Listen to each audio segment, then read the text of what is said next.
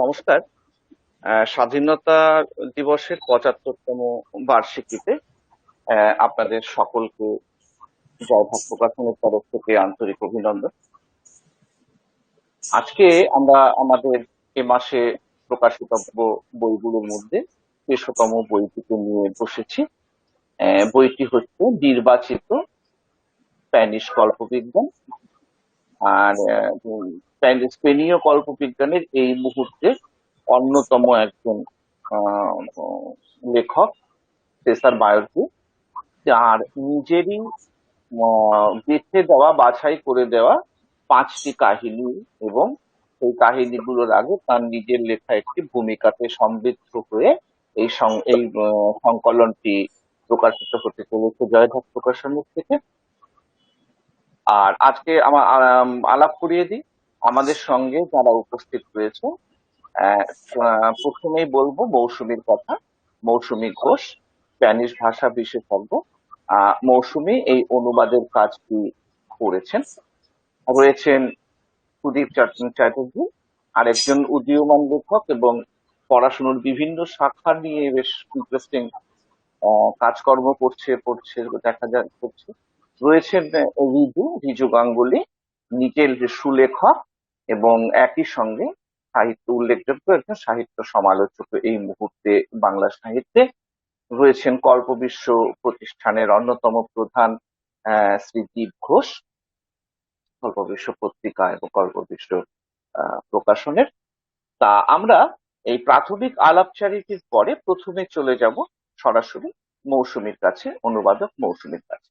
এই বইটার অনুবাদ সাধারণত আমরা কন্টেম্পোরারি বিশ্ব সাহিত্যের কোনো একটি লেখা জিনিসকে নিয়ে এতটা সিরিয়াসলি, এতটা গভীরে এবং এতটা ভিতরে গিয়ে যে বড় লম্বা মাপের কাজ করা, যে ব্যাপারটা, এটা খুব বেশি আহ, দেখি না। আর সেই কারণেই যখন এল রেব্যান্ডো প্রথম আমার কাছে এসে পৌঁছয় মৌসুমীর কাছ থেকে, কিছুটা অবাক হয়েছিলাম, তবে সে গল্প পরে। মৌসুমীর কাছে চলে যাব প্রথমে এই বই তৈরির একদম গোড়াটা। হ্যাঁ, আমি একদম গোড়া থেকেই বলছি তাহলে। যেটা যে গল্পটা আছে, যে আহ, আমি যেহেতু স্প্যানিশ ভাষা পড়াই, আর আমার যেহেতু আমার সংস্থার বা আমার ইনিশিয়েটিভের মূল উদ্দেশ্যই হচ্ছে শুধু ভাষা না, তার সাথে সাহিত্য এবং কালচারকে মিলিয়ে মিশিয়ে আহ ছাত্রছাত্রীদের মধ্যে যারা ভালোবাসে তাদের মধ্যে মিশিয়ে দেওয়া। তো সেই দিক থেকে আমি প্রথম নতুন গল্প, ছোট গল্প বিশেষ করে আবিষ্কার করতে শুরু করি, নিজেও পড়তে শুরু করি, যাতে আমার ছাত্রছাত্রীদের সঙ্গে শেয়ার করতে পারি। তাদের মধ্যেও যে ইন্টারেস্ট, একটা কালচার আর সাহিত্যের প্রতি যে ইন্টারেস্ট, সেটাও আমি তৈরি করতে পারি, আমি সেটাতে হেল্প করতে পারি। তো সেই দিক থেকে দেখতে গেলে এটা একটা আবিষ্কার, হঠাৎ আবিষ্কার। কারণ যে সিজার মায়োরভির যে ব্লগ, যেটা সেটা সেটা আমার নজরে পড়ে, এবং প্রথম আমি এল রেবানিওই প্রথম আমারও পড়া গল্প ওনার। এবং তারপরে আমি ওনার সাথে ওনার লেখা আমি আগে ফলো করিনি, এবং এই যুথ গল্পের মাধ্যমেই আমি প্রথম ওনার সাহিত্য কাজের সাথে পরিচিত, এবং তারপরে আমি দেখতে থাকি যে ওর আর কাজগুলো কি রয়েছে। তো তখন উনি যেমন প্রবাদ প্রতিম একজন মানুষ, এবং যে কাজগুলো করেছেন, ওনার দুটি অ্যান্থোলজি রয়েছে, জেরিকো সার্কেল আর ত্রেসে মোনোস বলে, যে দুটি স্পেনের আহ, আহ, মানে মানে সাহিত্যকর্মের এবং পুরো দেশীয় স্তরেও সব থেকে বেশি পুরস্কারে ভূষিত দুটো কাজ। এবং এল রেবানিও যুথ আহ, প্রকাশিত, মানে জয়ঢাক পত্রিকায় প্রকাশিত হওয়ার পর আহ, দেবজ্যোতিদা নিজেই আমাকে বলেছিলেন যে যদি এই লেখকের থেকে যদি কপিরাইটস আমি নিয়ে আসতে পারি, তাহলে হয়তো আরো বড় করে কিছু ভাবা যেতে পারে, আরো গল্পগুলোকে নিয়ে যাওয়া যেতে পারে। যেহেতু ওনার ওনার কাজটাই সেরকম, ওনার কাজের আকর্ষণটাই সেরকম, ওনার গল্পের লেখার। তো তারপরে আমার আমার আমি নিজেই ওনার সাথে যোগাযোগ করি, এবং আহ, এই মুহূর্তে বাংলা সাহিত্যের অনুবাদের যে যে গ্যাপ গুলো বা কন্টেম্পোরারি সাহিত্য যেটা বলেন, সেই সেই দিক দিয়ে আমরা কেন রিচ করতে পারছি না, বা কি অসুবিধে হতে পারে, কি সেটা আমরা কিভাবে কাটিয়ে উঠতে পারি, সেই সেই একটা ওই প্রবলেম আর সলিউশন দেখানোর মতো ব্যাপার, সেই দুটো ওনার কাছে প্রেজেন্ট করি, এবং উনি সানন্দে সেটাতে স্বীকৃতি দেন, রাজি হন, এবং তারপরে জয়ঢাক প্রকাশনা এর সাথে যুক্ত হয়। এবং তারপরে উনি নিজেই এবং আমরা সেটা অবশ্যই ওনাকে রিকোয়েস্ট করে উনি নিজেই 10টি গল্পের রাইটস আমাদের দিয়েছেন, যেগুলো ওনারই স্বনির্বাচিত, উনি বাছাই করে দেন। এবং তার মধ্যে থেকে 5টি গল্প, বড় গল্প এবং উপন্যাসিকা নিয়ে আমাদের এই এই গল্প, এই যে অ্যান্থোলজি, যেটা সংকলন, সেটা প্রকাশিত হতে চলেছে। এটা হচ্ছে অনুবাদের, এবং কি করে যিনি এক্সিস্টেন্সে কি করে এলো সেটার আহ গোড়ার কথা আর কি, এটুকুই। হ্যাঁ, এই ক্ষেত্রে প্রথমেই একটা বলি যে আমরা এই দুটি পরপর পর্ব আসবে একটা পিরিয়ড গ্যাপ দিয়ে, তার জন্য একটা অংশ গেল, এর পরে যে দ্বিতীয় অংশটা আসবে, এবং আমরা এ ব্যাপারটা নিয়ে আরো কিছু পরিকল্পনা আমাদের রয়েছে। কিন্তু সে কথায় যাবার আগে আমি একটু চলে যাব রিজুর কাছে। এই বইটি রিজু মোটামুটি বইটিকে একটা প্রি ভিউইং করেছো, কারণ আমাদের জয়ঢাকের একটা প্রথম নিয়মই হলো যে বই বেরোবার আগে কিছু প্রিভিউ করা, যাতে আমরা ধারণাগুলো পেতে পারি কোন দিকে চলেছে, পার্সপেক্টিভটা সেট হওয়া, পিয়ার রিডিং এর মতো। রিজুর কাছে আমি কিছুটা প্রথম প্রাথমিক একটু শুনতে চাই, বা দর্শকরা শুনতে চান তাদেরকে। ধন্যবাদ অজয় দা। কথা শুরুর আগে সব থেকে বেশি করে আমি যেটা বলতে চাইবো সেটা হচ্ছে, আমরা যারা একটু শুধু কল্পবিজ্ঞান নয়, স্পেকুলেটিভ ফিকশনের বিভিন্ন ধারার লেখা পড়তে ভালোবাসি, আমরা সবাই মৌসুমীর কাছে ভীষণভাবে কৃতজ্ঞ। মানে সাক্ষাতে ওকে আমি ভালো রাবড়ি বা জিলিপি অন্তত পক্ষে এরকম খাওয়া বই। হ্যাঁ, আহ, এই বইটার আমি খুব বেশি খুঁটিয়ে বলবো না, কারণ সেটা তাহলে স্পয়লারের মতন হয়ে যেতে পারে। মূল জিনিসটা হচ্ছে, আলোচনায় আমি দুটো জিনিস উল্লেখ করতে চাইব। একটা হচ্ছে যে, যে লেখাগুলো এর মধ্যে বেছে নেওয়া হয়েছে তা লেখকের দ্বারা অবশ্যই স্বনির্বাচিত, কিন্তু সেই নির্বাচনের পেছনে যে কি অদ্ভুত ধরনের ভাবনা চিন্তা রয়েছে তা আপনারা লেখাটা পড়লে বুঝতে পারবেন। সাধারণ কল্পবিজ্ঞান বলতে আমরা যা যা ভাবি, মানে মহাকাশ, এলিয়েন, হ্যানা ত্যানা, টাইম ট্রাভেল, এই সমস্ত জিনিসের থেকে আলোকবর্ষ দূরের বিষয়বস্তু নিয়ে এখানে আলোচিত হয়েছে। এই প্রত্যেকটা লেখার ফোকাস বা কেন্দ্রে রয়েছে মানুষ, মানুষের ভাবনা, মানুষের ভয়, মানুষের ভালোবাসা, সেগুলো।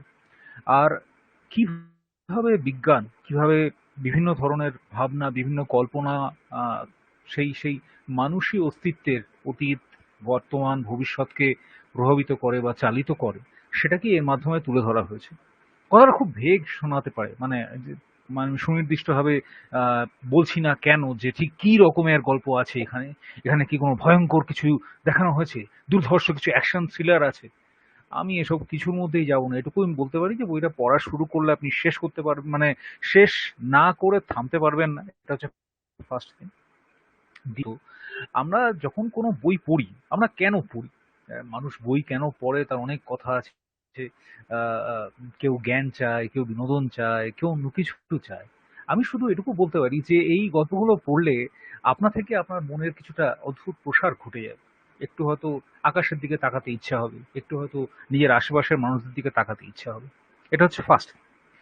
দ্বিতীয়ত, এখানে গল্পগুলোকে কাগজে কলমে কল্পবিজ্ঞান নাম দিয়েই বলা হয়েছে। অবশ্যই এগুলো এগুলো সেই রকম, কিন্তু এগুলো শুধু কল্পবিজ্ঞান নয়, এগুলো কল্প, গল্প এবং হয়তো আরো কিছু। এতে বিজ্ঞান আছে, অবশ্যই আছে। এর মধ্যে একাধিক, অন্তত 3টে গল্পকে আমি চিহ্নিত করতে পারি যার চালিকা বলা যেতে পারে পুরোপুরিভাবেই বিজ্ঞান। কিন্তু জানেন, সেই সেই বিজ্ঞানেরও মধ্যে একটা অদ্ভুত অ্যানথ্রোপোসেন্ট্রিক ব্যাপার রয়েছে। মানে সেই বিজ্ঞানেও বিজ্ঞান বা তথ্য বা এনট্রপি বা হাবিজাবি নয়, মানুষ সেখানে কেন্দ্রে রয়েছে। মানুষকে ঘিরে আবর্তিত হয়েছে সব। মানুষের ভাবনা দিয়েই সবটা দেখা হয়েছে। এ এক ভারী আশ্চর্য ধরনের লেখা। আমি এই রকম লেখা আগে কখনো পড়িনি। এবং যেহেতু আমি স্প্যানিশ জানি না এবং ইংরেজি অনুবাদে পড়তে গেলে হয়তো অনেকটাই আমি হারিয়ে ফেলতাম, হয়তো নিজের মতন করে জিনিসটা বুঝতে পারতাম না, কিন্তু মৌসুমীর অসাধারণ অনুবাদে সেই লেখাগুলো আমি যেভাবে পড়েছি আমার মনে হচ্ছে যেন সামনে বসে লেখক আমাকে গল্পটা বলছেন, আমি যেন চোখের সামনে দৃশ্যগুলো একের পর এক দেখতে পাচ্ছি। সব মিলিয়ে বলতে পারি এইরকম একটা বই পড়তে পাওয়া অত্যন্ত প্রিভিলেজের বিষয়, এবং আমি জয় ঢাকার কাছে কৃতজ্ঞ যে তারা আমাকে এই বইটা পড়ার সুযোগ করে দিয়েছেন। এবং আমি এখন থেকেই আপনারা যারা এখনো লেখাগুলো পড়েননি তাদেরকে ঈর্ষা করতে শুরু করেছি। যখন আপনারা ফাইনালে বইটা পড়বেন, আপনারা পড়লে বুঝতে পারবেন সেই প্রথম পড়ার অভিঘাতটা কিরকম লাগে। দেবজিৎ। একটা মজার ব্যাপার হচ্ছে, রিজু যখন পুরো এই ব্যাপারটা বলছিল আমার ওই যূথ গল্পটা সবার আগে মনে পড়ছে। আপাত দৃষ্টিতে যখন আপনারা পড়বেন, আমি বিশেষ গভীরে যাব না, একটা ছোট্ট জিনিস শুধু বলি, দেখবেন মনে হচ্ছে প্রাথমিকভাবে রিজু যেটা বলেছে যূথ গল্পটা তার মূর্ত প্রতিবাদ। পুরো গল্পটাতেই মানুষ নেই, রয়েছে কি একটা বুদ্ধিধর কৃত্রিম উপগ্রহ, যেটা মানব সভ্যতার শেষ বিন্দুতে তৈরি হয়েছিল প্রায়। আরেকটা রয়েছে কিছু জন্তু, পোষা জন্তু, যে সম্পর্কটা মানব সভ্যতার সূচনায় হয়েছিল। এখন মাঝখানের পিরিয়ডের মানুষটাকে মাইনাস করে দিয়ে সভ্যতার সূচনায় যাকে মানুষ বশ করেছিল সে, আর সভ্যতার অন্তে যাকে সৃষ্টি করেছিল সে, এই দুটোর মধ্যে দিয়ে মানব চেতনার দুই কর্নারকে ধরে নিয়ে অ্যানথ্রোপোসেন্ট্রিক উইদাউট হিউম্যানিটি, এই যে অসামান্য, যখন আমাকে মৌসুমী বললো না এইমাত্র, যে আমি ওকে বললাম যে এটা হওয়ার পরে বইটা পড়বে কেন, পড়বো এই কারণে, আমার কান ধরে এমন মোচড় দিয়েছিল গল্পটা, যে আমরা স্টোরি ক্রাফট নিয়ে মজা করি, গর্ব করি, মানুষকে বাদ দিয়ে, হিউম্যানিটিকে টোটাল বাদ দিয়ে কিভাবে অ্যানথ্রোপোসেন্ট্রিক কাহিনী তৈরি করে, চমকে গেছিলাম আমি যুদ্ধ করে। তবে বিশদে যাব না, আমি চলে আসি দ্বীপের কাছে। এই যে ডিপারচার গুলো এই বইটা, এটা আমার কাছে এই ব্যাপারটা খুব আকর্ষণীয়। তবে আমি বলছি না এটাতেই বলো, কিন্তু আমি তোমার কাছে একটু ফিডব্যাক দিতে চাইছি প্রাথমিক বইটা নিয়ে। আহ, প্রথমেই তো আমি মানে রিজুবাবু আমি যা বলতে চাইতাম অনেক কিছুই বলে দিয়েছেন। তো তাও প্রথমে আমি আবার বলি যে মৌসুমীকে অনেক অনেক অভিনন্দন যে এরকম একটি বিষয় ও বেছে নিয়েছে। এক তো স্প্যানিশ সাহিত্যকে ও অনুবাদ করছে এবং তার সঙ্গে কল্পবিজ্ঞান এবং যেটা কিছুটা এখানে স্পেকুলেটিভ ফিকশন আমি বলবো কল্পবিজ্ঞানের থেকেও অনেক গল্পই কল্পবিজ্ঞানের সীমানা ছাড়িয়ে আরো অনেক দূর পর্যন্ত এগিয়ে গেছে। এই ধরনের কাহিনীগুলোকে যে ও বাংলায় আবার নিয়ে এসেছে, এটাই মানে আমাদের কাছে খুব বড় একটা বিষয়। এই যে রিজুবাবু যেটা বললেন যে এই অনুবাদগুলো না করলে কোনোদিন আমরা জানতেও পারতাম না এরকম আশ্চর্য কিছু গল্প পৃথিবীর অন্য এক কোনায় অন্য কোনো ভাষায় কেউ লিখছেন। মানে এই জন্যই অনুবাদ ভীষণ একটা জরুরি কাজ এবং আহ, মৌসুমী এই অনুবাদগুলি করেছেন এবং দেবজ্যোতিদা জয়ঢাক এই বইটি বার করেছেন, এর জন্য আমরা ভীষণভাবে কৃতজ্ঞ হয়ে থাকবো। অ্যাটলিস্ট যারা কল্পবিজ্ঞান এবং অনুবাদ সাহিত্যের অনুরাগী তারা সবাই আমরা মানে কৃতজ্ঞ হয়ে থাকবো এর জন্য। তো বইটি আমিও পড়েছি, যেটা আমরা কল্পবিশ্ব থেকে আগে অলরেডি একটা স্প্যানিশ সায়েন্স ফিকশনের একটা অনুবাদের বই আমরা তৈরি করেছি, সেই জন্য কিছুটা স্প্যানিশ সাহিত্যের সঙ্গে আমাদের পরিচয় ছিল, স্প্যানিশ কল্পবিজ্ঞান সাহিত্যের সঙ্গে। সেই ধারা সঙ্গে মিল রেখেই আমি দেখতে পেয়েছি যে এই গল্পগুলির মধ্যে যেমন কল্পবিজ্ঞান বলতে আমরা বাংলায় যে জিনিসটা বুঝিয়ে থাকি, যে robot, alien, time travel, spaceship, সেগুলো বাদ দিয়ে যে খুব সুন্দরভাবে মানুষের গল্প বলা। এবং যেটা দেবজ্যোতিদা বললেন যুথ গল্পটা আমি জয়ঢাকে আগেই পড়েছিলাম, পড়ে আমি মানে চমকে গেছিলাম যে সত্যি তো এরকম ভাবে একটা গল্প বলা এবং মানুষের গল্প বলা, এটা অত্যন্ত মানে কি বলবো মানে খুব স্কিল্ড একজন গল্প বলিয়ে না হলে এরকম গল্প লেখা খুবই মানে একটা ইয়ের ব্যাপার। এবং এর সঙ্গেও আরো যে কয়েকটা গল্প আমার চোখে পড়েছে সেগুলোর মধ্যে সবচেয়ে যেটা আমার কাছে মানে এসছে, যেটা আমার কাছে সবচেয়ে মনে হয়েছে যে অনুবাদ কিন্তু অত্যন্ত সুন্দর হয়েছে। যেখানে যেখানে যে স্প্যানিশ যে বেশ কিছু জায়গায় এমন আমি পড়তে গিয়ে দেখেছি যে এমন কিছু শব্দ ব্যবহার হয়েছে বা এমন কিছু বাক্য তৈরি হয়েছে যেগুলো খুব ভালোভাবে অনুবাদ না হলে কিন্তু বোঝাটা আমাদের পক্ষে খুব মুশকিল হয়ে যেত বাংলায়, কারণ সেই ধরনের জায়গাগুলো আমাদের বাংলার কালচারের মধ্যে নেই। সেই ধরনের শব্দ বা তার হয়তো ব্যাখ্যাগুলো আমাদের বাংলা কালচারের মধ্যে নেই। এই জায়গাগুলো আমি নিজে সামান্য কিছু অনুবাদ করি বলে আমি জানি, বুঝতে পারি যে এই জায়গাগুলোই চ্যালেঞ্জ অনুবাদকের, যে কিভাবে সেই সম্পূর্ণ অন্য একটি সমাজ, সেখানকার পরিস্থিতি, ইতিহাস এবং তার ব্যাখ্যাগুলো কিভাবে সে আমাদের বাংলার পাঠকের কাছে তুলে আনতে পারছি। সেই ক্ষেত্রে কিন্তু মৌসুমী খুব ভালোভাবে এই কাজটায় সম্পূর্ণভাবে পাশ করেছেন এবং মানে একেবারে ডিস্টিংশন পেয়ে পাশ করেছেন। এবং তার সঙ্গে আমি অনেক জায়গায় বুঝতে পেরেছি যে যে জায়গাগুলোতে একটু অসুবিধে হওয়া সম্ভব ছিল সেখানে টিকা ইউজ করা হয়েছে, সেটাও খুবই দরকারি ছিল। অ্যাটলিস্ট যে সময়ের যে অঞ্চলের গল্প লেখা হচ্ছে সেখানকার যে লোককথা বা সেইখানকার যে বিভিন্ন রকম জায়গা বা ব্যাখ্যা, সেগুলোর উপর ব্যাখ্যা, সেই টিকাটুকু পড়তে খুবই হেল্প করেছে আমাকে, গল্পটার স্বাদটা বুঝতে আমাকে খুবই হেল্প করেছে।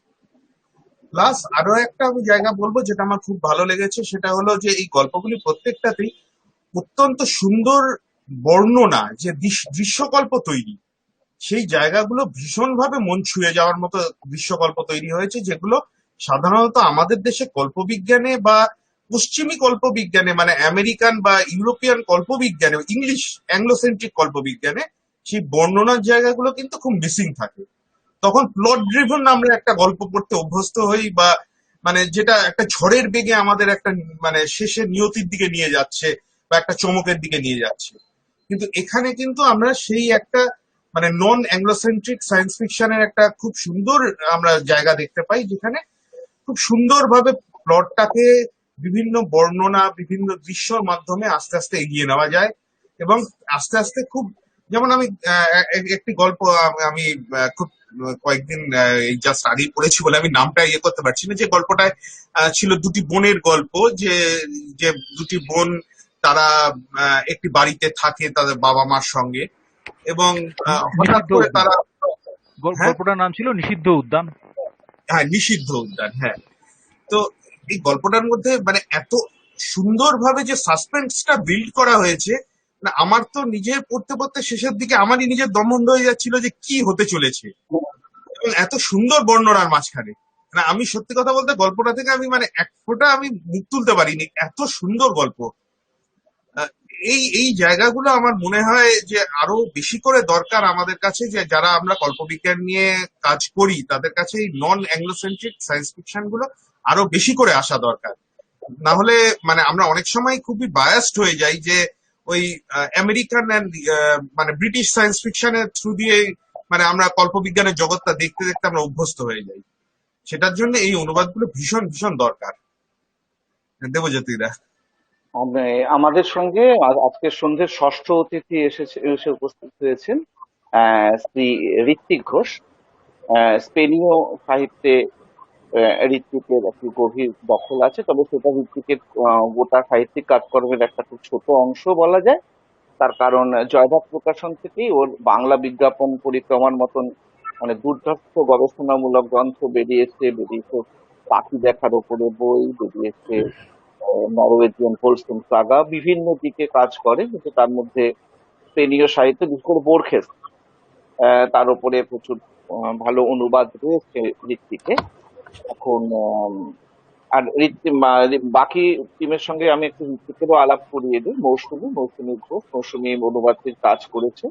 রয়েছে সুদীপ চট্টোপাধ্যায়, আরেকজন উদীয়মান লেখক আমাদের রিজু গাঙ্গুলি, সাহিত্য সমালোচক এবং সাহিত্যিক, এবং দীপ ঘোষ কল্পবিশ্ব পত্রিকা এবং প্রকাশন সংস্থার প্রধান পরিচালক। আমার একটা পাঠক হিসেবে প্রশ্ন ছিল, কিন্তু সেটার প্রশ্নটা কতটা ভ্যালিড অথবা সেটার উত্তর দেওয়ার যোগ্য কিছু আছে কিনা, অথবা অন্য কিছু থাক, কিন্তু আমি সেটা শুরুতে একটু ঋত্বিকের জন্য রাখতে চাই। সেটা হচ্ছে যে আমি এই পড়তে পড়তে যেটা মনে হচ্ছিল যে লাতিন আমেরিকান যে স্প্যানিশ সাহিত্যে যে কল্পবিজ্ঞানকে নিয়ে চর্চা আর ইউরোপীয় স্প্যানিশ সাহিত্যে কল্পবিজ্ঞানকে নিয়ে যে চর্চা, তার মধ্যে বা তার কোথাও একটা বোধহয় বড় ডিপারচার থাকে, বিশেষ করে এর লেখাগুলো পড়তে গিয়ে আমার সেটা মনে হচ্ছিল। মানে পাঠক হিসেবে ধারণাটার মধ্যে কিছু সত্যতা আছে কি, অথবা এই ব্যাপারটায় আদৌ কিছু আহ বলা যায় কি, এইটা একটু ঋত্বিকের কাছে আমি যে জানতে চাই। প্রত্যেককে শুভ সন্ধ্যা। প্রথমেই বলে দিই যে আমি খুব নিশ্চিত নই যে আমার কথাবার্তা কতদূর পর্যন্ত খুব মননযুক্ত হবে কিনা। পাঠক হিসেবে দেবজ্যোতি দা এইমাত্র যে আমাকে প্রশ্ন করলেন, প্রথম একটা কথা খেয়াল রাখা দরকার, আমরা কোন সাহিত্য পড়ছি। আমার সামান্য পড়াশোনা থেকে যেটা মনে হয়েছে যে সাহিত্যের অনেকগুলো ধারা আছে, একটা পার্টিকুলার ক্লাসিফিকেশন কেউ সাধারণত করেন না। সেটা হচ্ছে কলোনিতে থাকা দেশগুলোর সাহিত্য, আর একটা হচ্ছে কলোনি যারা বানিয়েছিল তাদের সাহিত্য। মজাটা হচ্ছে স্পেন কখনো কলোনি ছিল না।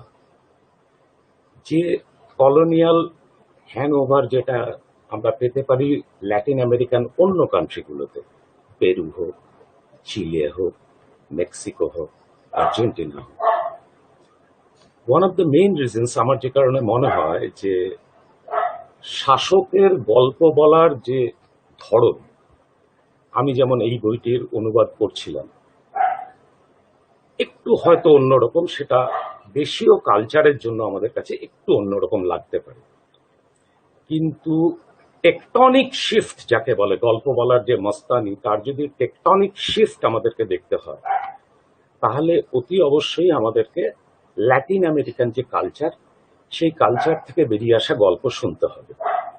ল্যাটিন আমেরিকান কালচারের একটা অসাধারণ দিক হচ্ছে ওরাল কালচার।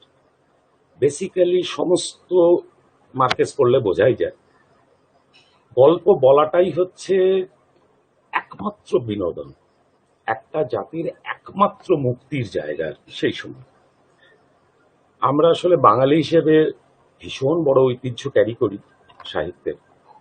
আমরা নিজেরা কখনো এইভাবে ভেবে দেখি না হয়তো, কিন্তু আমাদেরও গল্প বলাটা একটা কালচার, একটা তা কাজেই আমাদের গল্পে কল্পনা যত দূর পর্যন্ত দৌড়তে পারে, যে পেরিফেরিটা আমরা দেখতে পাই, সেটা বোধ হয় যারা শাসক ছিলেন তাদের গল্প বলায় অতটা, অ্যাটলিস্ট কমন ওয়েতে, এর মধ্যে তো ব্যতিক্রম না থাকলে আর দুনিয়ায় চলতো না।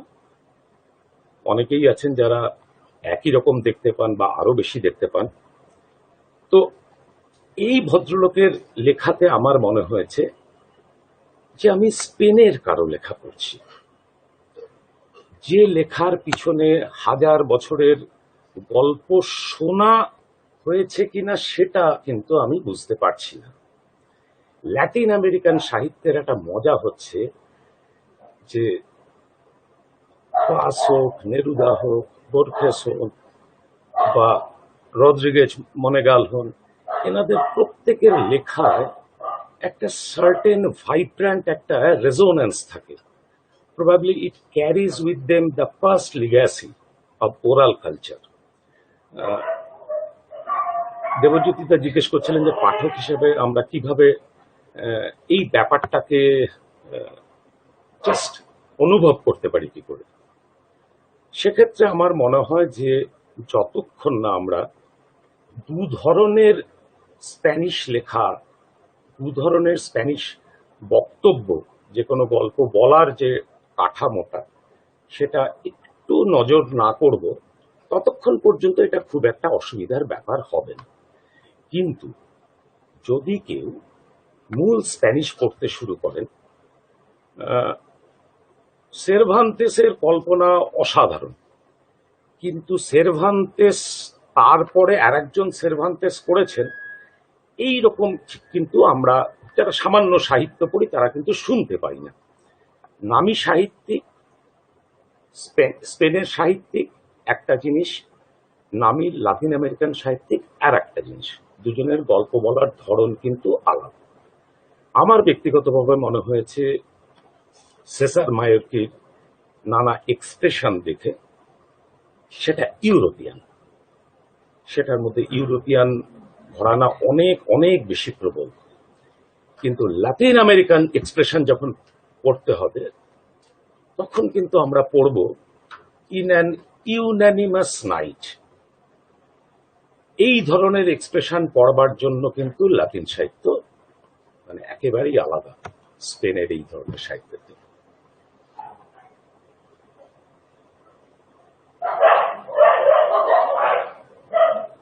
আপনি মিউটে আছেন বলছিলেন। এই কোথাও ভয়ঙ্কর আওয়াজ হচ্ছে একটা উঠে দেবো। আচ্ছা, এই জায়গাটা থেকে আমি একটা প্রকাশক হিসেবে এবং সাহিত্যকে ভালোবাসা মানুষ হিসেবে এই বইটার অন্য একটা গুরুত্ব এবং প্রয়োজনীয়তার কথা আরো একবার মনে করিয়ে দিতে চাই। সেটা হচ্ছে এই যে স্পেনীয় সাহিত্য একটা খুব ইউনিক জায়গায় দাঁড়িয়ে আছে একাধিক কারণ।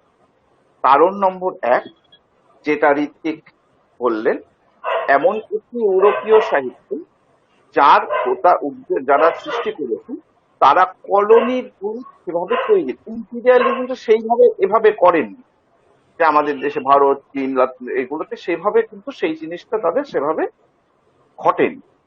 যেখানে ঘটেছিল লাতিন আমেরিকা। দ্বিতীয়তে আরেকটা খুব উল্লেখযোগ্য জিনিস, ওটি একটু সম্ভবত সাহিত্য যেটা বিস্তৃত ভাবে, না ফরাসিও কিছু কিছু ভাবে অবশ্যই আছে, পর্তুগিজ আছে, কিন্তু স্পেনের মতন এত সাংঘাতিক ভাবে দুটো আলাদা মহাদেশে সম্পূর্ণ নিজস্ব ভঙ্গি নিয়ে দুটো ধারায় একই ভাষার সাহিত্য গড়ে ওঠা, এটা কিন্তু আর কোনো ভাষাতে বোধহয় খুব বেশি উদাহরণ নেই।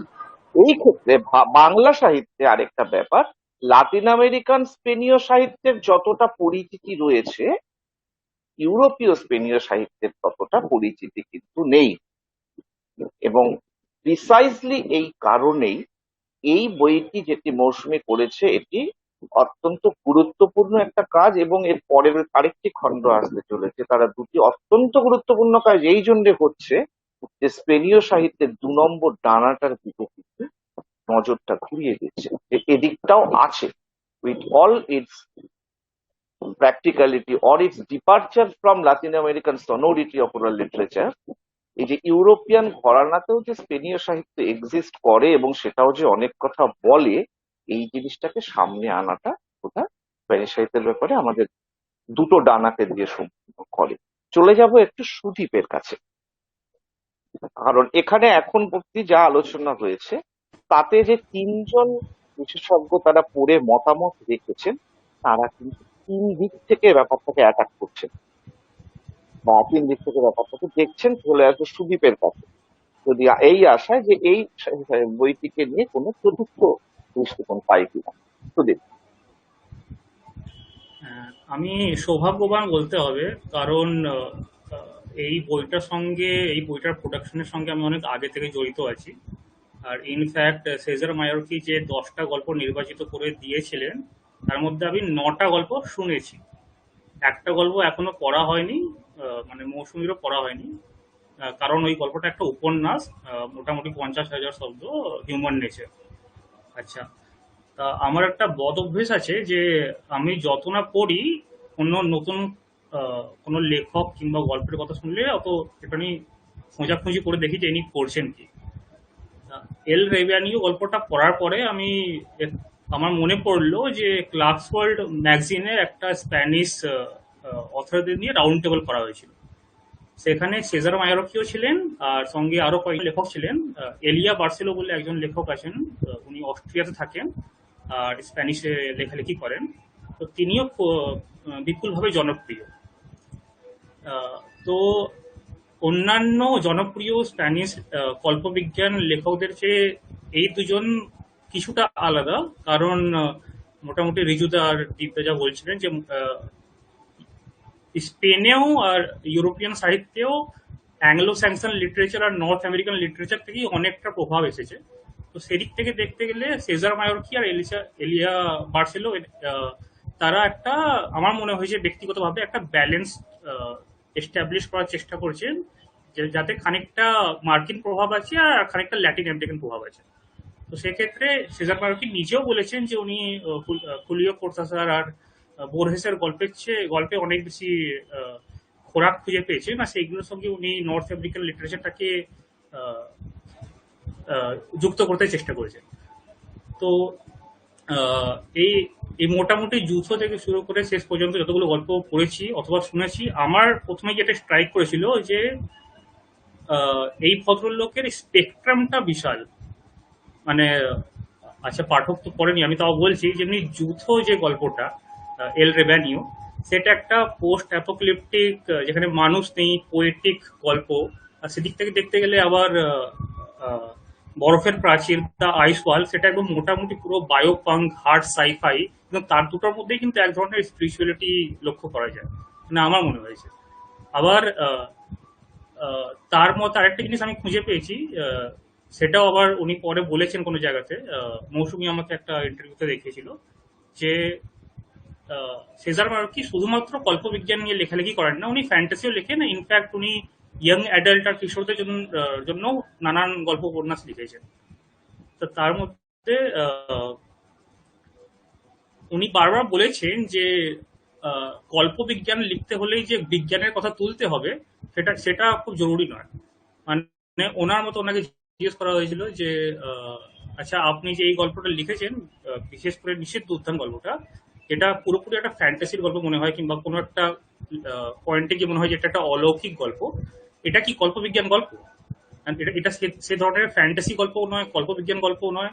তো সিজার মার্কি বললেন যে এটা কল্পবিজ্ঞানের গল্প, কিংবা কল্পবিজ্ঞান ফ্যান্টাসিও হতে পারে, কিন্তু সেটা অত প্রমিনেন্ট হওয়ার দরকার নেই। মানে আমাকে কোথাও বলে দিতে হবে না যে এই ব্যাপার স্যাপার গুলো কেন হচ্ছে। কিন্তু আপনি যদি এক্সপ্লোর করতে চান, তাহলে একটা স্পেস টাইম লুপের ব্যাপার সামনে আসতে হয়তো বোঝা যেতে পারে, কিন্তু তিনি ওটাকে কখনো মানে সেইভাবে পাঠকদের স্পুন ফিট করতে চান না। তো সেটা একটা ব্যাপার আমার মনে হয়েছে। আরো একটা ব্যাপার মনে হয়েছে যে মায়োরকির লেখাতে কতগুলো ছোট ছোট ব্যাপার আছে যেগুলো ঠিক ঠিক বোঝা যায় না, মানে প্রথমবার পড়লে। যেরকম আরেকটা গল্প আছে, গল্পটার নাম বোধহয় ডার্ক ম্যাটার, মানে ইংরেজিতে তো ডার্ক ম্যাটার। সেটা একটা পুরোপুরি পলিটিক্যাল স্যাটায়ার একদিক থেকে দেখতে গেলে। মানে আমি পড়ে দেখলাম যে উনি যখন গল্পটা লিখেছেন, সেটা পুরোপুরি একটা পলিটিক্যাল স্যাটায়ারের কথা ভেবে লিখেছেন, যে বলতে চেয়েছেন যে দের ইজ এ হায়ার পাওয়ার, আর মানুষ যত খুশি যা খুশি করে নিক, সেটা ও শেষ পর্যন্ত বুঝে উঠতে পারে না। আবার যুথতেও এই স্যাটায়ারটা আছে, কিন্তু সেটা উনি বড্ড পোয়েটিক ভাবে ব্যবহার করার চেষ্টা করেছেন, যে কোথাও না কোথাও, মানে প্রত্যেকটা গল্পতেই আছে একটা সময় যে প্রোটাগনিস্ট সে এসে বুঝে উঠতে পারছে না যে আমি কি করব। মানে আমার চারিদিকে প্রকৃতি এত বেশি গ্রেটার গড হয়ে আমাকে জড়িয়ে ধরেছে যে আমি আর কিছু করতে পারছি না। তারপর তারপর সে একটা কোনোভাবে ওই পার্টিকুলার সিচুয়েশন থেকে বেরিয়ে আসার চেষ্টা করছে। তা- তা- প্রতিটা গল্পই মানে এক ধরনের, পুরো সব গল্পগুলোতে একটা আর্ক আছে, মানে শুরু হচ্ছে, এস্টাবলিশ হচ্ছে, তারপর একটা ক্রাইসিস আসছে, তারপর শেষ হচ্ছে। সেটা আমার ব্যক্তিগতভাবে মনে হচ্ছে যে মায়োরকি এটা করতে পেরেছেন, কারণ উনি স্ক্রিন রাইটার হিসেবেও বহুদিন কাটিয়েছেন, অনেক জায়গায় লেখালেখি করেছেন। তো তার তার ইমেজরি লেখার ক্ষমতা আর স্ক্রিন রাইটিং লেখার ক্ষমতাটাও তাতে খুব হেল্প করেছে মায়োরকি। তো এটা সুদীপের কথা ভালো একটা ব্যাপার। দু তিনটে পয়েন্ট কিন্তু সুদীপের কথা থেকে আসছে, যেটা নিয়ে এবার একটু আমি রিজুর কাছে যাব।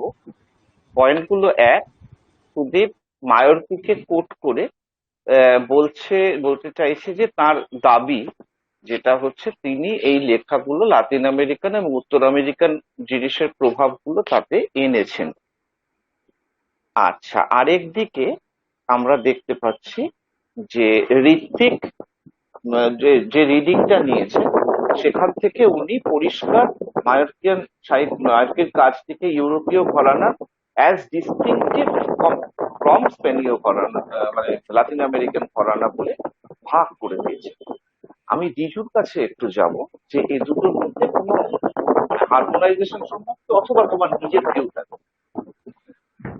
আমার নিজের লেখাগুলো, মানে আমি তো মূল লেখাটা পড়িনি, আমি অনুবাদটা পড়েছি, এবং অনুবাদটা পড়ে আমার খুব স্পষ্টভাবে মনে হয়েছে যে এই অনুবাদের বা অনুদিত যে রূপটাকে নিয়ে আমরা আজকে আলোচনা করছি, সেই রূপের সম্পূর্ণ লক্ষ্য একটি, তা হলো পাঠকের কাছে একটি অত্যন্ত, মানে কিছু অত্যন্ত সুন্দর লেখাকে যথাসম্ভব স্বচ্ছন্দ, নির্ভার, মূলানুগ, অথচ আমাদের সংস্কৃতির সঙ্গে বা আমাদের আবহের সঙ্গেও কোথাও তার একটা যেন সূক্ষ্ম মিল থেকে যায়, এইভাবে পরিবেশন করা।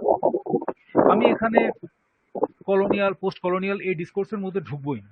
আমি শুধু এটুকু বলবো যে এই ডার্ক ম্যাটার গল্পটাতে একটি বিশেষ উপজাতির কথা আছে। এই উপজাতিটির আহ, ভাষা বা তাদের বক্তব্য অনেক রকম ভাবে বলা যেতে পারতো। আহ, উম, আহ, দীপ যেভাবে ফ্লাওয়ার্স ফর অ্যালজার্নন অনুবাদ করেছিলেন, সেরকম ভাবে একটা সম্পূর্ণ নতুন একটা কিছু ক্রিয়েট করা যেতে পারতো, যেখানে ধীরে ধীরে আমরা ভাষা তৈরি হওয়া এবং তারপর সেটা আবার ডিসইন্টিগ্রেশনটাকে দেখতে পাই। আহ, সম্পূর্ণ প্রমিত বাংলায় যেভাবে আমরা কথা বলছি সেই বাংলাতেই বলে দেওয়া যেতে পারতো, কিন্তু মৌসুমী এখানে সেটাকে যেভাবে করেছে তা তা মানে যে কোনো মানুষকে বুঝিয়ে দেবে যে হ্যাঁ, মানে গ্রামে গঞ্জে বা দেহাতের জায়গায় গিয়ে, বিশেষ করে আমি নাগরিক আর সে একজন দেহাতি, ঠেঠ দেহাতি, এরকম একটা মানসিকতা থাকলে আমরা ঠিক যেরকম ভাবে কথাগুলো শুনতে চাইবো, কথাগুলো সেইভাবেই বলা হয়েছে। যদিও যদিও একটু একটু একটু একটু করে আমাদের সেই পারসেপশন, সেই তাসের ঘরটা ভেঙে গেছে সেই গল্পের মধ্য দিয়ে, এবং তখন আমরা বুঝতে পেরেছি গল্পটা মানে এক ঝটকায় গল্পটা এদিক থেকে ওদিকে হয়ে গেছে, আমরা টেবিলের এদিক থেকে ওদিকে চলে গেছি।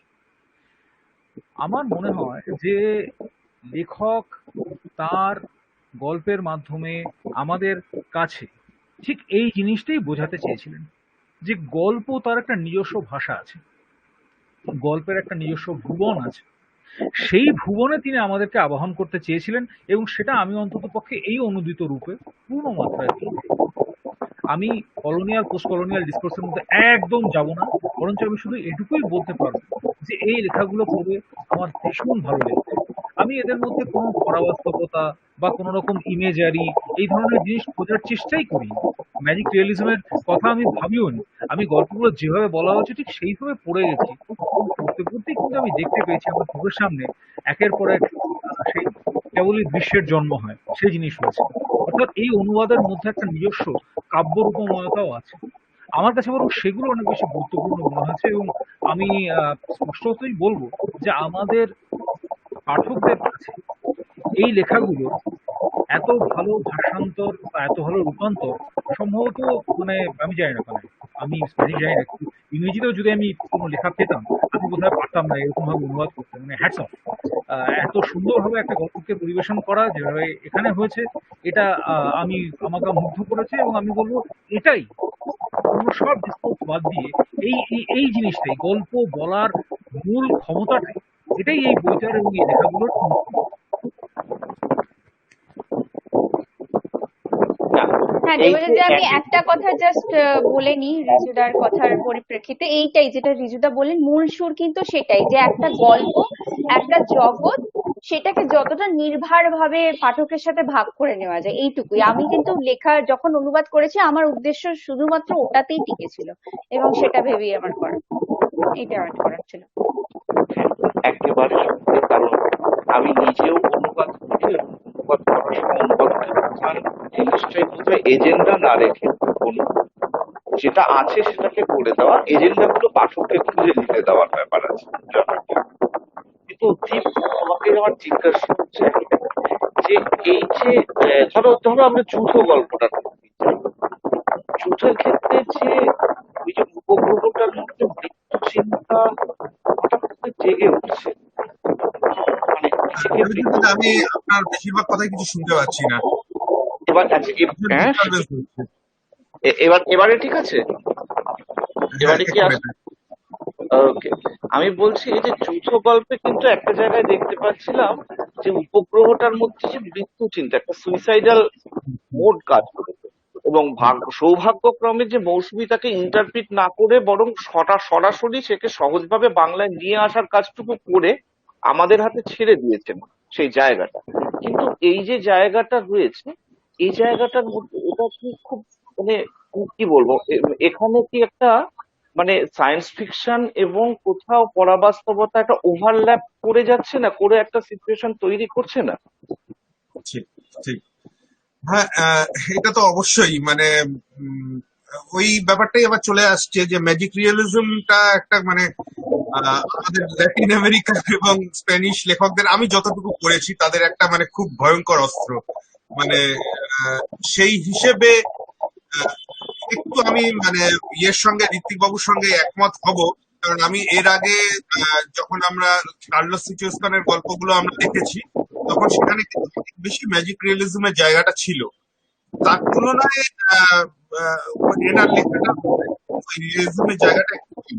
কিন্তু সে তার মধ্যেও এই যে কয়েকটা আপনি যেটা ব্যাখ্যাটা দিচ্ছেন যে কিভাবে একটা আহ, মানে যে এমন একটা আহ, উপগ্রহ যেটাকে একসময় স্পাইং এর কাজে ইউজ করা হবে বলে ছাড়া হয়েছিল, সে বহু বছর ধরে চলতে চলতে মানুষের সঙ্গে কোন রকম মানে তার কোন রকম সংস্পর্শ হারিয়ে ফেললো, ফেরে সে নিজে চিন্তা করতে শুরু করলো এবং শেষ পর্যন্ত সে তো আত্মহত্যাই করতে যাচ্ছিল অ্যাকচুয়ালি।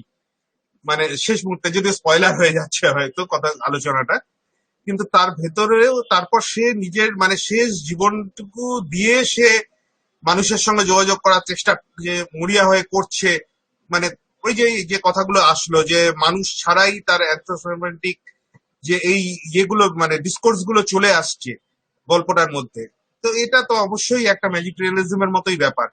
মানে সত্যি কল্পবিজ্ঞানের ক্ষেত্রে এইভাবে তুলে ধরা আমি খুব বেশি গল্প আমি এর আগে পড়িনি কখনো, যে মানে যন্ত্রের মধ্যে এইভাবে আহ, এই যে এই একাকিত্ব নিয়ে আসা এবং মানে বিলং করতে চাওয়া এবং আহ, একইভাবে যেটা মানে বৈপরীত্য গল্পটার মধ্যে দেখানো হয়েছে যে আকাশে ওই স্যাটেলাইটটা এবং মাটিতে কুকুরগুলো, আহ এইভাবে যে মানে বৈপরীত্যটা উনি তুলে ধরেছেন, মানে এটা তো ভীষণ মানে একটা আমার কাছে একটা খুব শক্তিশালী দৃশ্য গল্প লেগেছে। এবং একটুখানি হলো মানে একটু জাস্ট অনধিকার হ্যাঁ, প্রবেশ করছি।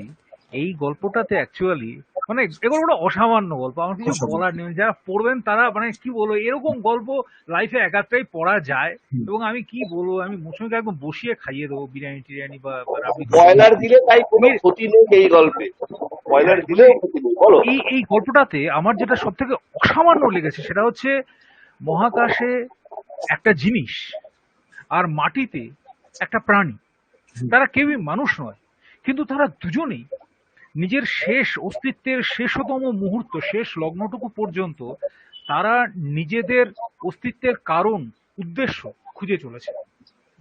সত্যি কথা বলতে কি, মনুষ্যত্বের এর থেকে বড় সংজ্ঞা কি আর কিছু হয়? হয় না, হতে পারে না। আমরা মানে we think therefore we exist, শুধু শুধু সেটা নয়, we exist because there is some reason for existence. কিছু একটা করার জন্যই তো আছি। সেটার এমন অদ্ভুত অমোঘ রূপায়ণ, মানে কোনো কথা হবে না। এই গল্পটাকে নিয়ে আজ মানে যা বলবো, এই গল্পটা নিয়ে কথা বলা শেষ হবে না। আমি শুধু বলতে পারি পাঠককে বলবো এই গল্পটা পারলে শেষে পড়বেন। হ্যাঁ মানে বাকি গল্পগুলো পড়ে নেবেন, কিন্তু এই গল্পটার মতো না, এ কোনো কথা হবে না এটা নিয়ে। হ্যাঁ, এই গল্পটা এইখানে শেষে। একটা পুরো বৃত্তটা ঘুরে এলো। কারণ আবার বলছি যে প্রতিটি পাঠ কিন্তু একেবারেই সাবজেক্টিভ হয়, প্রত্যেকের পাঠ সাবজেক্টিভ হয়, আমরা প্রত্যেকে নিজের নিজের পথে এগোই।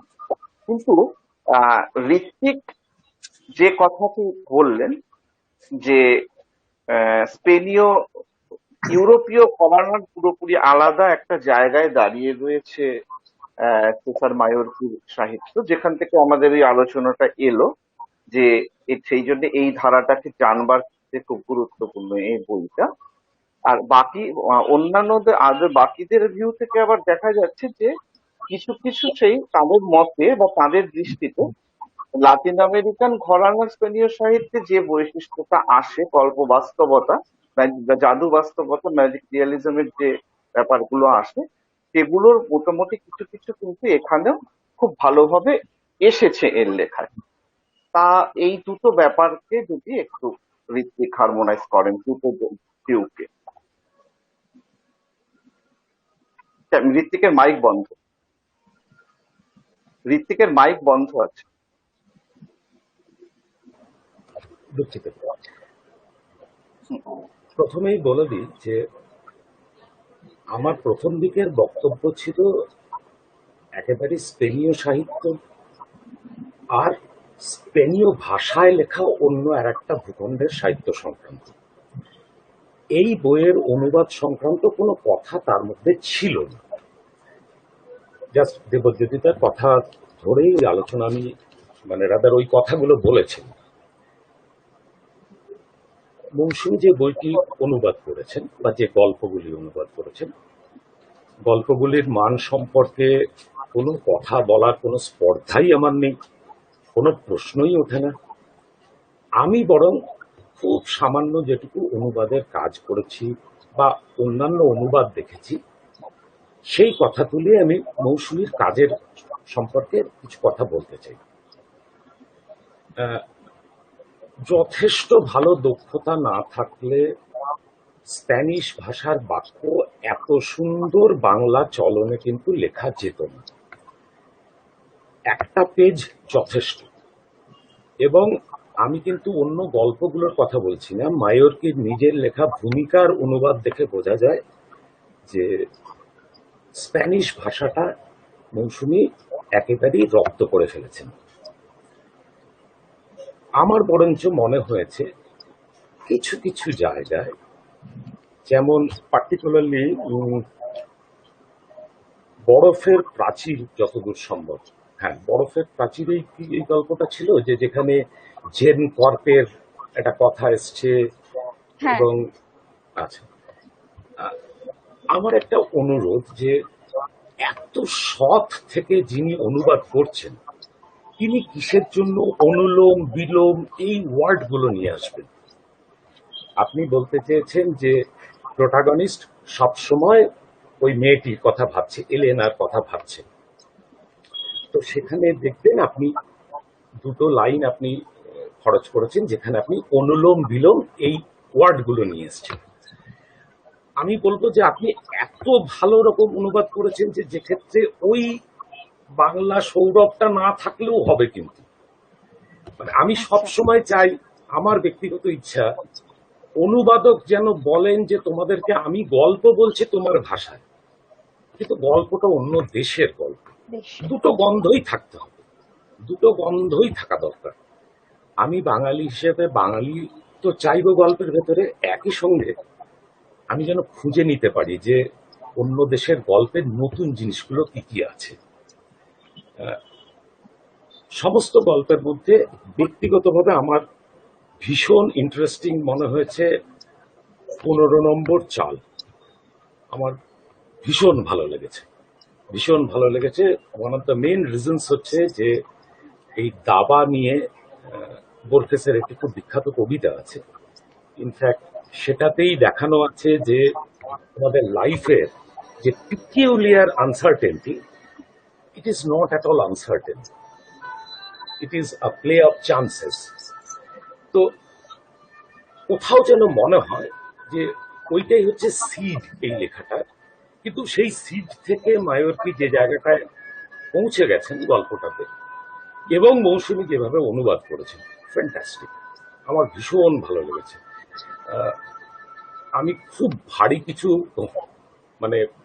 পড়িও না বা রাদা পড়ার জন্য খুব সক্ষম নই, কাজে অন্যান্যরা যারা খুব বলছেন, আমি ঠিক এতটা উন্নত মানের পাঠক নই, কিন্তু 15 নম্বর চাল পড়ে একটা জিনিস আমি খুব শিওর, এবং আপনার অনুবাদের যে ভূমিকা, মায়োরকির লেখা যে ভূমিকা, আমি আপনাকে রিকোয়েস্ট করব যে আপনি কিন্তু অনুবাদটুকু চালিয়ে যাবেন যাতে আমরা আরো সহজে আর কি স্প্যানিশ ল্যাঙ্গুয়েজে লেখা গল্প করতে পারি।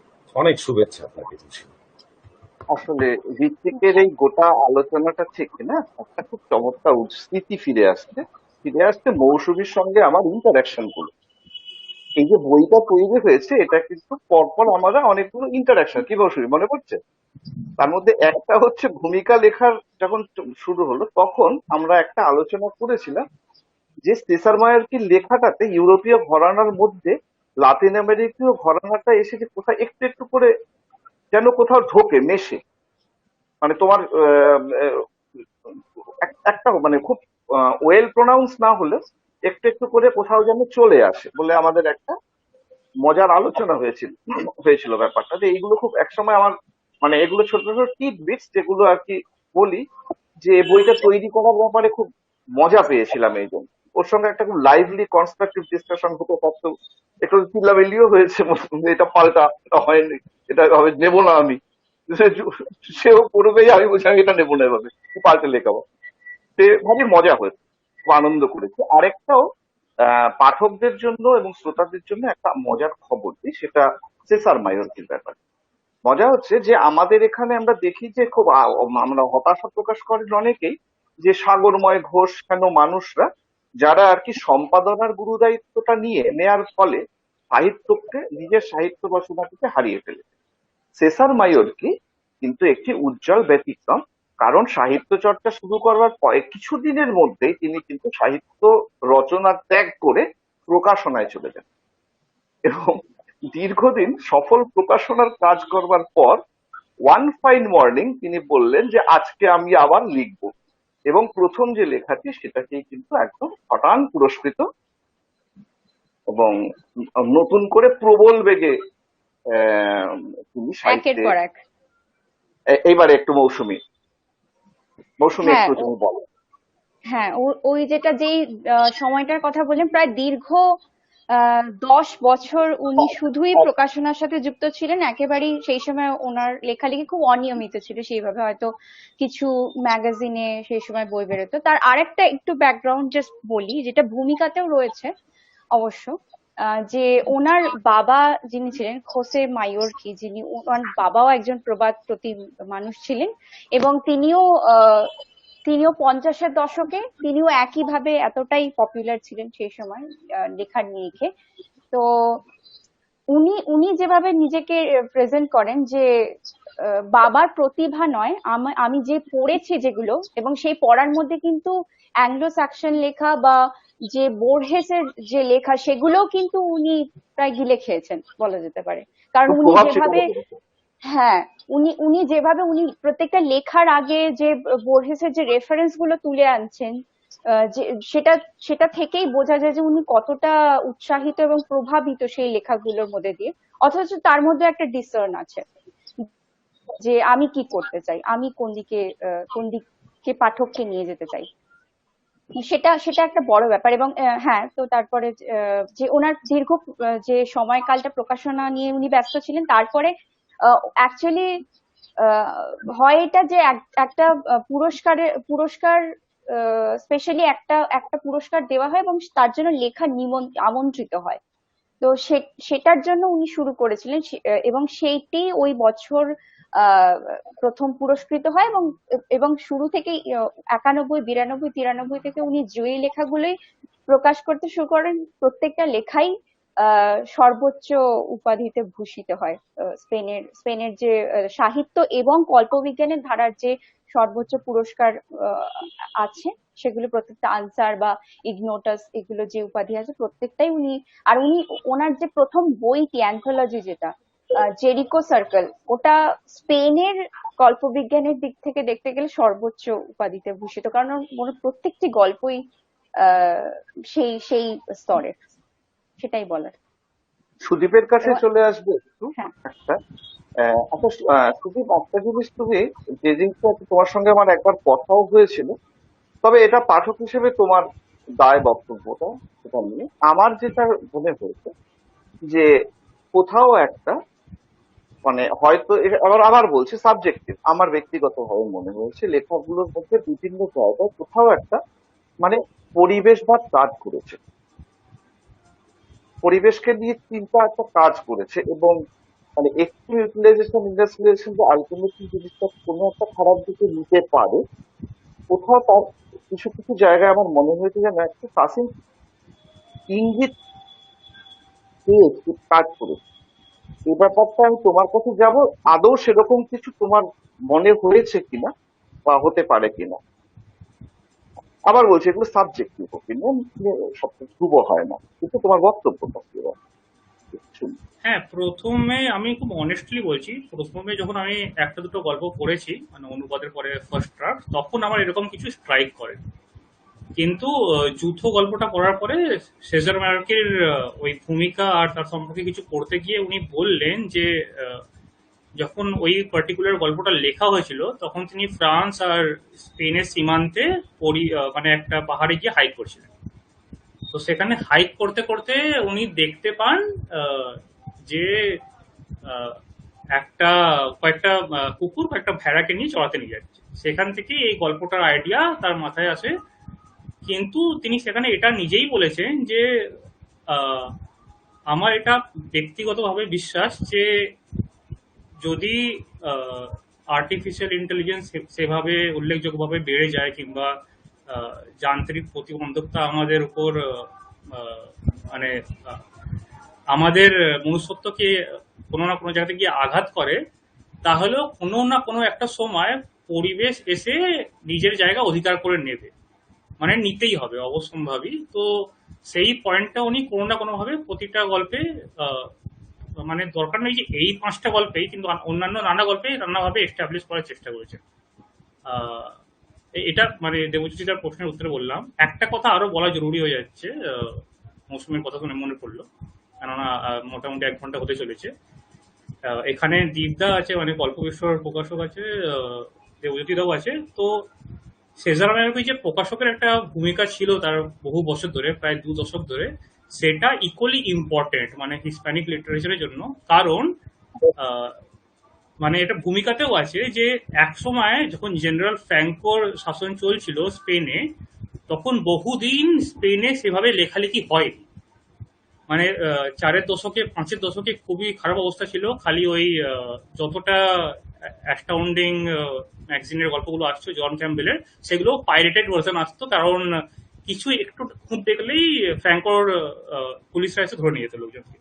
সে সময় থেকে 6-এর দশক থেকে আর 5-এর দশকের মধ্যখান থেকেই ডোমিঙ্গো স্যান্টোস বলে একজন প্রকাশক এসেছিলেন। তিনি নিজেও অসাধারণ লেখালেখি করতেন, কিন্তু প্রকাশক হিসেবে মানে উনি কি বলবো, মানে যেই ভূমিকাটা জন ক্যাম্পবেলের ছিল, আহ, সেই ভূমিকাটাই স্পেনে এই ভদ্রলোকের ছিল, আহ, ডোমিঙ্গো সান্তোস। তো উনি একটা পত্রিকা শুরু করেন নিউ ডাইমেনশন বলে। আর সেখানে তিনি মার্কিন লিটারেচার তো প্রকাশিত করতেনই, সোভিয়েত ফিকশনও প্রকাশিত করতেন অনুবাদ করে। মানে সে সময় যখন কি অবস্থা, মানে জেনারেল ফ্র্যাঙ্কো একে ওকে ধরে নিয়ে যাচ্ছে, মানে 2-3 বার ওকে জেলে রাত কাটাতে হয়েছে বলে জানলাম। তো সে সময় উনি যে এই মানে ঝুঁকি নিয়ে এই কাজটা করে গেছেন, আর বহুদিন ধরে করে গেছেন, এই নিউ ডিমেনশন পড়ে পড়েই আগামী 8-এর দশকের 9-এর দশকে যত গোল্ডেন এজ সায়েন্স ফিকশনের লেখকরা তৈরি হয়েছে সেই জায়গা থেকেই হয়েছে। তো সেক্ষেত্রে মানে প্রকাশকের ভূমিকাও মানে প্রচন্ড গুরুত্বপূর্ণ হয়ে পড়ে। তো সেদিক থেকে দেখতে গেলে জয় ঢাকের কাছে আর কল্প বিশ্বর কাছে আমরা সত্যি কৃতজ্ঞ যে একের পর এক এরকম কাজ করে চলেছে। এটা সেটা না হলে আর নতুন লেখকও হবে না, আর নতুন অনুবাদও হবে না। তো সেটা মোটেও কাম্য না। আমরা সত্যি আলোচনার প্রায় শেষ লগ্নে এসে পৌঁছেছি, এবং এতক্ষণের আলোচনায় এখানে 5জন লেখক এবং পাঠক, মানে যে 5জন আমার সঙ্গে আজকে উপস্থিত ছিলেন, তারা একই সঙ্গে নিজেরা ভালো লেখক এবং নিজেরা অত্যন্ত ঋদ্ধ পাঠক। তারা 5জন মিলে এই আর একটি, আচ্ছা আমি মধ্যে একটা ছোট্ট কথা বলি, দ্বীপের পেছনে একজন আমাদের ভবিষ্যৎ লেখক বা পাঠক এসে উঁকি মারছিল। দ্বীপ ক্যামেরা বন্ধ করে তাকে সরিয়ে দিয়েছে, এই অপরাধে দ্বীপের সাজা হবে। সে কি সুন্দর অনুষ্ঠান দেখছিল, আমাদের দিকে হাত নাড়াচ্ছিল, তাকে তুমি কেন সরিয়ে দিলে? সেও তো একজন মেম্বার হবে আমাদের। Anyhow, সে দ্বীপের মেয়ে, আমি এখনই বলে রাখছি, আজকে 10-15 বছর পরে দেখবেন ও মেয়েটা লিখবে যে এখন ক্যামেরা থেকে চলে গেল। যাই হোক, ফিরে আসি কাজে। এই 5জন মিলে সম্পাদক, প্রকাশক মায়রকি, লেখক মায়রকি, তার লেখার কল্পবিজ্ঞান, তার লেখার যে 2 মহাদেশের একই ভাষার সাহিত্যের ক্ষেত্রে তার পার্সপেক্টিভে তার লেখা কোথায় দাঁড়িয়ে আছে, এবং তার লেখাতে কোথাও জাদু বাস্তবতার ইশারা, পরিবেশবাদ, এই প্রতিটি ব্যাপার নিয়ে ভারী চমৎকার আলোচনা করে সেসার মাইয়র্কির ব্যাপারে এই প্রথম একটি প্রায় 360 ডিগ্রি আলোচনা উপহার দিলেন আপনাদের। এবং এই সম্পূর্ণ আলোচনাটা উঠে আসছে যে বইটার থেকে, সে বইটি হলো নির্বাচিত স্প্যানিশ কল্পবিজ্ঞান সিসার মায়োরকির লেখা নিয়ে। বইটি আমরা এখানে তলায় দেখুন একটা টিকার চলছে, বইটার প্রি বুক অলরেডি শুরু হয়ে গেছে এবং এ মাসটা এটার প্রি বুক হয়ে সেপ্টেম্বরের প্রথম সপ্তাহ থেকে বইটা আপনাদের কাছে আমরা পৌঁছতে শুরু করব। প্রকাশক হিসেবে একটাই অনুরোধ থাকবে, যারা এই অনুষ্ঠান দেখছেন এবং যারা দেখবেন তাদের কাছে, সবার কাছে, আমরা এই কাজগুলো করছি অনেকটা দুঃসাহস নিয়ে এই মুহূর্তে দাঁড়িয়ে। এগুলো একদিকে ইন্টেলেকচুয়ালি চ্যালেঞ্জিং এবং একই সঙ্গে ফিনান্সিয়ালি চ্যালেঞ্জিং, এবং এই এই মুহূর্তের আর্থসামাজিক এবং পরিবেশে দাঁড়িয়ে আমরা এই কাজগুলো করার জন্য লড়ে যাচ্ছি। কাজগুলো আমরা আরো করতে পারবো তখন যখন আপনারা বইগুলো কিনবেন। বাংলা সাহিত্যে একটা ব্যাপার হচ্ছে যে সাহিত্যের টাকা নিয়ে বা দাম নিয়ে কথা বলাটা লজ্জাজনক বলে মনে করা হয়, সেটা মানছি, কিন্তু এটা না বললে এই জন্য পরের বইতে আমরা হয়তো বের করতে পারবো। তাই সকলকে আমরা আবার বলি, এবং আমি এবং এখানে যারা উপস্থিত আছেন তাদের তরফ থেকেও এই অ্যাজ এ টিম সবাইকে বলবো, বইটা আপনারা কিনুন, আমাদের পরের বইটা যেন আমরা করতে পারি। সকলের তরফে আরেকবার অজস্র ধন্যবাদ। যারা অনুষ্ঠানটা দেখলেন, দেখছেন এবং ভবিষ্যতে এর ভার্সনটা দেখবেন ভিডিও, সকলকে ধন্যবাদ। এবং এবারে আমি আমার অন্যান্য প্যানেল মেম্বারদের কাছে যাব, তাদের শেষ কিছু যদি দর্শকদের বলবার থাকে তারা যদি একে একে একটু বলেন, তারপর আমি শেষ করব। দীপ, দীপ থেকে শুরু করি। হ্যাঁ, হ্যাঁ, আমিও একজন প্রকাশক হিসেবে দেবজ্যোতির প্রত্যেকটি কথার সঙ্গে একমত। এবং আমি নিজেও অনুবাদ করি এবং অনুবাদ সাহিত্য নিয়ে ভীষণ রকম ভাবে ইন্টারেস্টেড। তো সেই সূত্র ধরেই বলি যে শুধু মানে যে কোনো ধরনের অনুবাদের ক্ষেত্রেই আমাদের এখনো বাংলা সাহিত্যের পাঠকদের মধ্যে সচেতনতার একটু অভাব আছে। সেটা কাটিয়ে একটু অনুবাদের দিকেও জোর দিতে হবে পাঠকদের, লেখকদের, সম্পাদক, প্রকাশক সবাইকেই।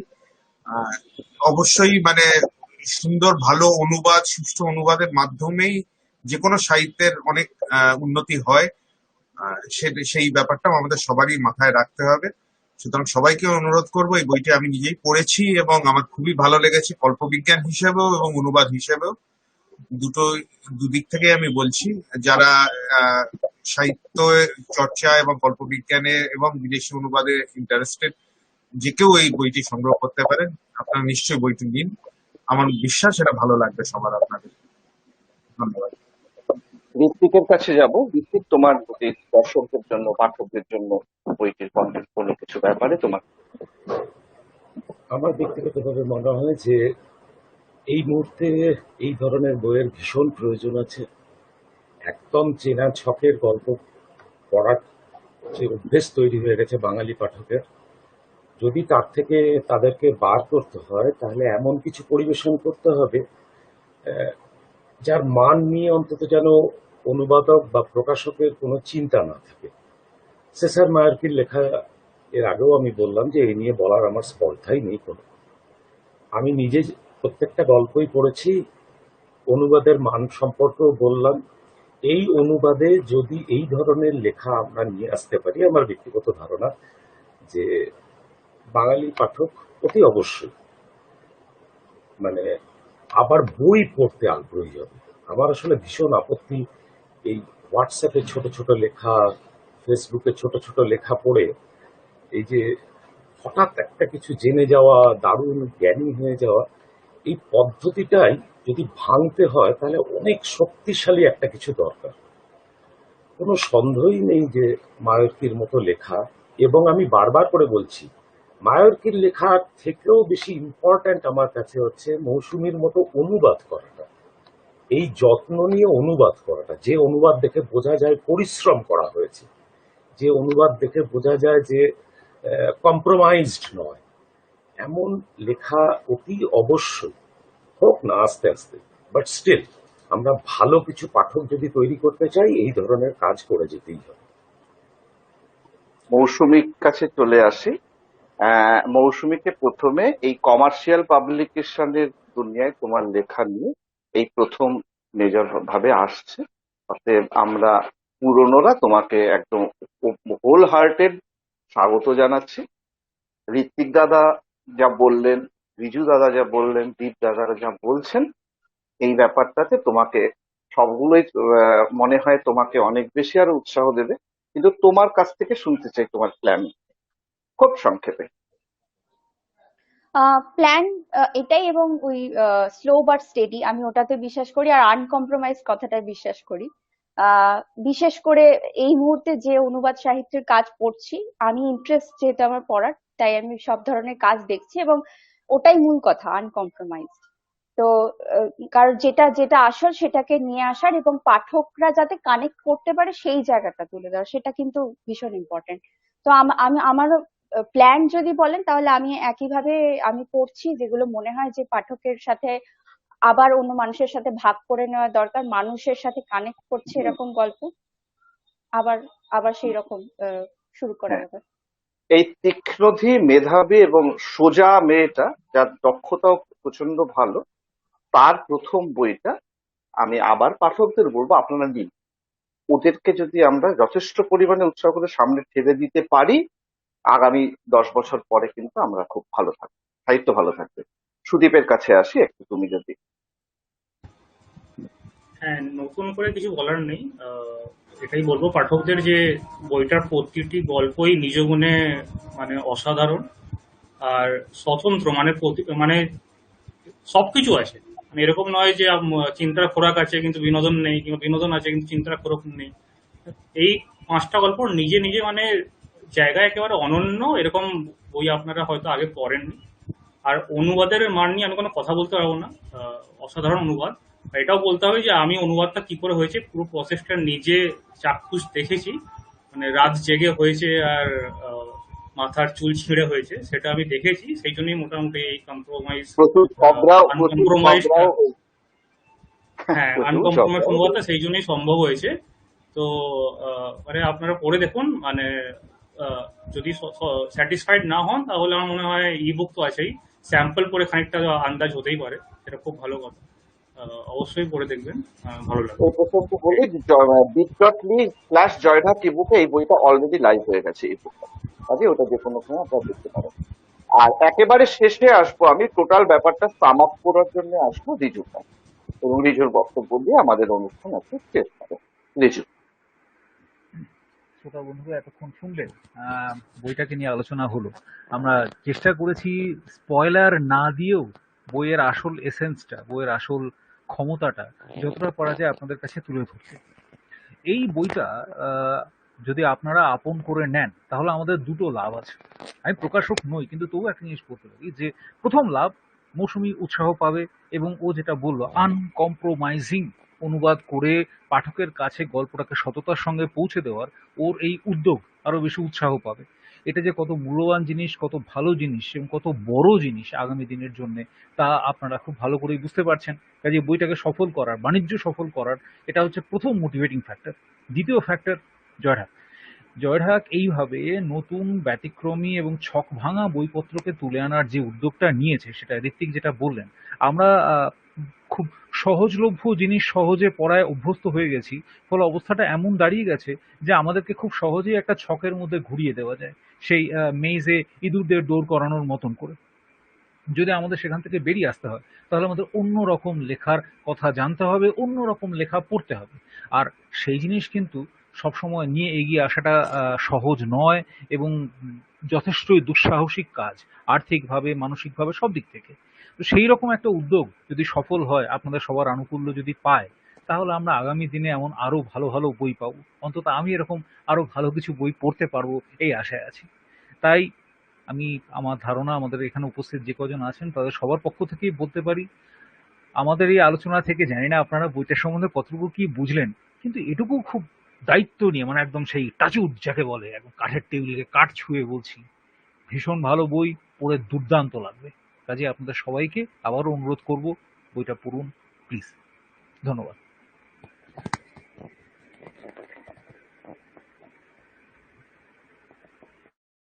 আপনি দেবজিৎ মিউটে মিউট আছেন আছে। সরস্বতী দা। এই যে, হ্যাঁ, তা এই সঙ্গেই আমরা উপস্থিত সমস্ত প্যানেলিস্টদের ধন্যবাদ জানাই, শুভেচ্ছা জানাই, ধন্যবাদ জানাই সমস্ত শ্রোতা দর্শকদের, এবং আমাদের 75তম স্বাধীনতা দিবসের অভিনন্দন আরো একবার সকলকে জানিয়ে আজকের মতন আমাদের অনুষ্ঠান এখানেই শেষ করব। মনে রাখবেন, অলরেডি বইগুলো প্রিবুক শুরু হয়ে গেছে। এখন এখানে তলাতে প্রিবুক অ্যাড্রেস আমরা টিকারও দিচ্ছি, এবং একটু পরে ফেসবুকে সেটা ফর্মালি অ্যানাউন্স করে দেওয়া হবে। এবং সকলকে ধন্যবাদ এবং শুভরাত্রি। ভালো থাকুন।